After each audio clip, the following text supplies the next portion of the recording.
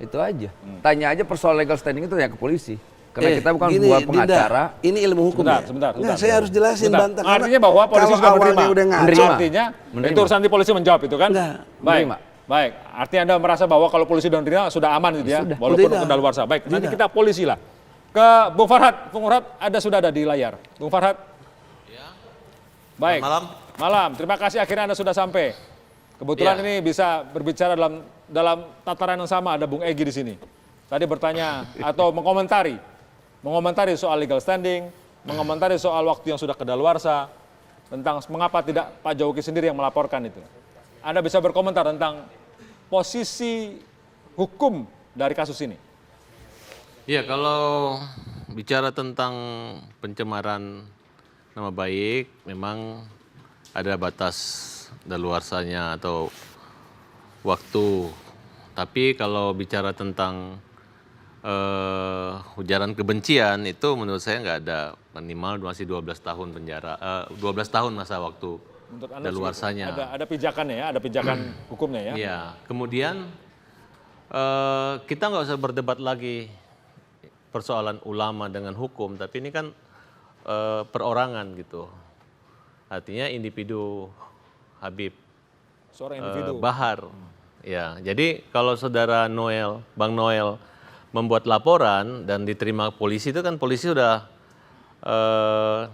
tahu dan yakin bahwa ada beberapa undang-undang, diantaranya KUHP, undang-undang anti diskriminasi, kemudian undang-undang informasi transaksi elektronik gitu. Nah, jadi kalau saya ngelihat harusnya Habib Bahar ini ditahan aja pada hari pertama itu, Mengapa menurut ditangkap. Anda begitu? Mengapa?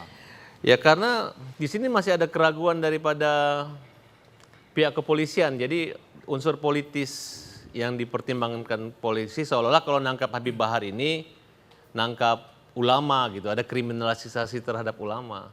Polisi berhati-hati. Iya. Jadi kita ini contoh yang saya alami, menghina Ahmad Dhani aja kita hampir masuk penjara, apalagi menghina presiden gitu.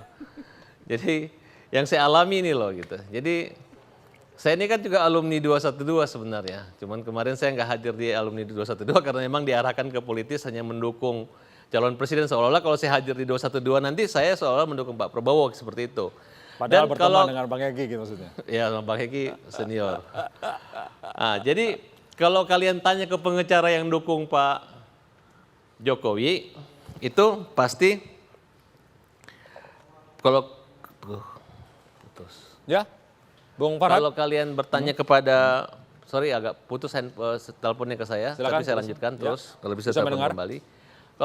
Kalau bertanya kepada pengacara yang mendukung Pak Jokowi. Prabowo, pasti mengatakan bahwa daluarsa tidak ada legal standingnya gitu. Dan itu menurut Anda Tapi salah kalau ya? ditanya kepada pengacara yang mendukung Pak Jokowi, ya kalau di sini saya mengatakan bukan soal mendukung Pak Jokowi. Kalau mencari pengacara yang profesional dan pernah mengalami seperti saya ini, ya memang. Sebentar, saya garis bawahi. Saat yang ini- profesional gitu ya. Habib ini sudah sangat keterlaluan gitu. Di samping ujaran-ujaran kebenciannya terhadap kasus Ahok saat itu terhadap presiden, ada juga ceramah-ceramah yang memang lagi dikaji bahwa dia memang melakukan satu Oke. tidak pantas sebagai seorang ustadz kan, ustadz atau Bung ulama Farhad, satu. yang harusnya Anda menggunakan kalau bicara perasaan tentang dalam Islam menilai itu seorang Habib. harus bijaksana, Bung Farhad. harus pengasih, Bung Farhad. kemudian dengan kata-kata yang bagus lah. Masih putus, baik. Ya, Apalagi yang Silakan komentar. Karena ini penting Ya. karena menyangkut ke saya ya. Dalam perspektif hukum itu ada ilmu tentang perundang-undangan sifatnya skriptualis. Artinya apa yang ditulis, exactly. Nah, pasal 74 ayat 1 KUHP yang saya baca itu exactly mengajarkan kepada si pelapor atau yang mengadu ada batasan waktu 6 bulan kalau dia di Indonesia. Kalau dia di luar Indonesia bisa ada toleransi 9 bulan. Itu exactly. Nah, sementara Adinda Farhad berpendapat kalau untuk Ujaran kaitannya kebencian. ujarannya nggak ada batasan waktu. Mana hukumnya? Tadi saya tanyakan itu. Nggak ada. Pasal berapa ya dia? Mungkin kan putus. Mati itu kan Baik. analisa. Nah, satu itu ya. Jadi kalau nggak ada ilmunya jangan ngomong mestinya. Bung Farhad nanti Ya, sampaikan kemudian yang kedua, tentang pijakan hukumnya. dalam perspektif tadi legal standing, ukurannya kok diterima polisi. kita kan tahu ada nilai subjektif tadi. Jadi ini subjektif polisi menerima bertentangan dengan objektivitas yang tadi Saya mohon kepada produser untuk menghubungi polisi, untuk bisa kita ajak ngobrol. Sudah mungkin dengan telepon ya. Baik. Jangan polisi ini diskriminatif, nggak boleh. Dia itu tribrata, satu melayani, melindungi dan mengayomi rakyat. Tapi soal Ahmad Dhani juga mau ditahan.